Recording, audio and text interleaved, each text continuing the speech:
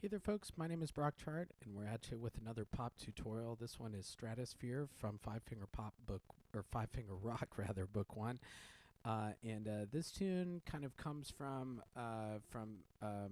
bands like U2. Specifically, I really love their guitar effects on their hit "With or Without You." It's kind of this cool echoey reverb sort of sound, and so I tried to kind of recreate something similar to that. But on an acoustic piano. And so I figured out that, you can kind of create that a little bit with the damper pedal still going down and kind of this repetitive I don't know. I have this chord. It's basically like a C chord, but with the F in it. We would maybe call that like a C add 4. And so it's kind of like this cool, I love that half step there. And with the pedal down, I don't know, it kind of sounds a little bit like those reverby guitar effects. And so, yeah, let's go ahead and get started. So your right hand 3 is going to be on E right here, and your left hand is going to be on C with a 1 down there.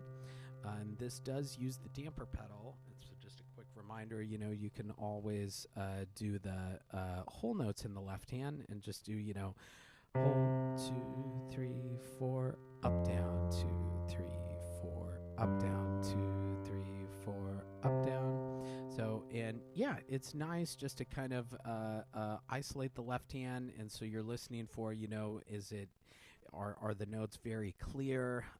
Are we a little early with the pedal to where there's some silence right there?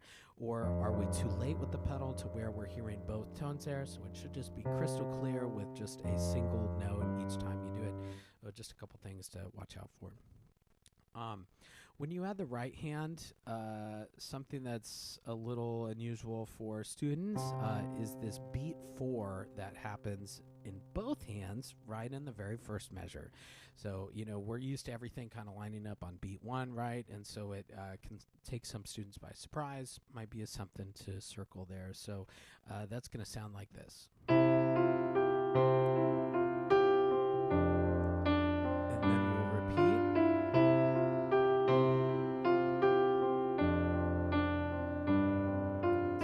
That's kind of like our little guitar intro.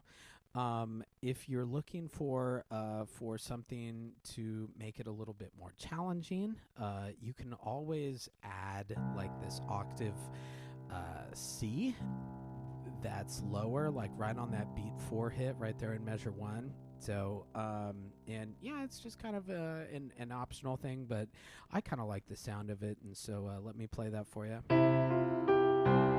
And so it's really just on that first note, or that second note, and then I would bring your hand right back.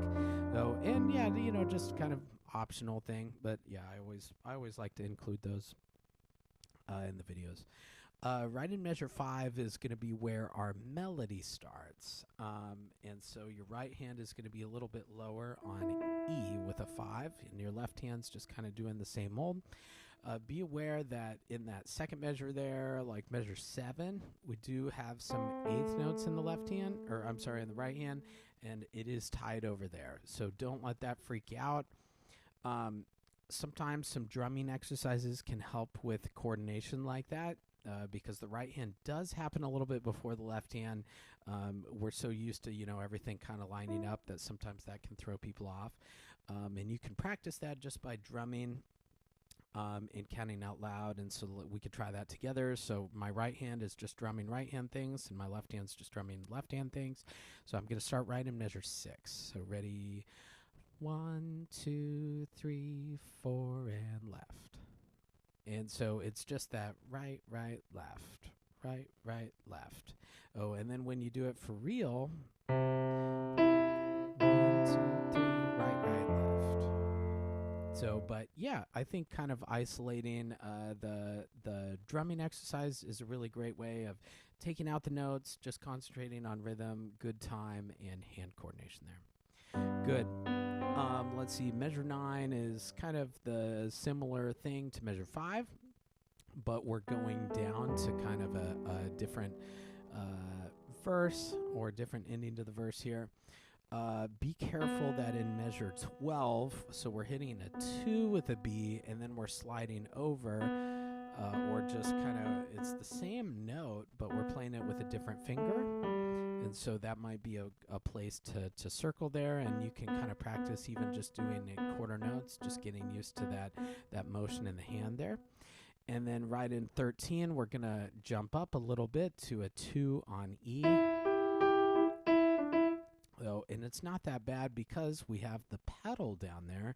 And so, we've talked about this before in the videos, where as soon as I hit that G in measure 13, I'm off to the next note. So with the pedal, I can hold something and, I can eat a sandwich with these hands and, the note would still be going down. So I always like to just, as soon as you play that note, start heading to the next one. I like to write the word move there in my own students' music, just as a little visual reminder that, you can be preparing for that next thing. So same sort of thing happens right here in measure 16, where like in 15, we're hitting a 1 with a C in the left hand, and then I can use that pedal and I can swap it to a 3 on C there. And then I'm kind of stretching, so I'm going C, D, E, and I'm stretching a little bit to a 2 on B to go back to that A. So this is all similar, and everything's kind of leading to that moment right there in 21. This is, I think, the only time in the tune where we do have an accidental. And so everything, this is the loudest dynamic of the piece too, and so we want everything to be building a crescendo up until here. This is the loudest part of the tune, and it's kind of like a ray of sunshine, I guess. It's kind of an unexpected change and kind of a cool sound. So, make sure that everything is building towards that, and you can bring that out a little bit more when you play that.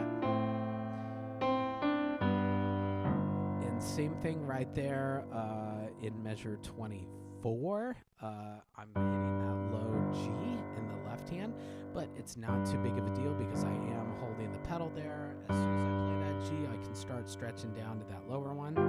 And then in 26, we have, it's very, very similar to the intro. The only thing is that left hand is down an octave. Something to be cautious about when you're playing down that low is that the notes down on the super low end of the piano, the strings are very, very thick, and they just have such a presence and a depth to them that even if you try to play it like really soft, you're going to be able to hear it and feel it, even if you're playing louder in the right hand. And so it's very easy for these very low bass notes to overpower just about anything else on the piano. And so just be aware of that tendency. And so you might want to think like maybe mezzo piano in the left hand while keeping that mezzo forte in the right. So just to kind of even things out. And so I can demonstrate that for you. So be in 26. So I'm trying to play soft in that left hand because it really doesn't take too much to overpower. And there's a little retardando here. And then I'm just going to let that breathe until I'm ready to release. Cool. All right. I think that'll wrap it up for Stratosphere here. But I appreciate you guys tuning in. And hope this video helped you learn the piece. Oh, thank you so much. I'll see you in the next one.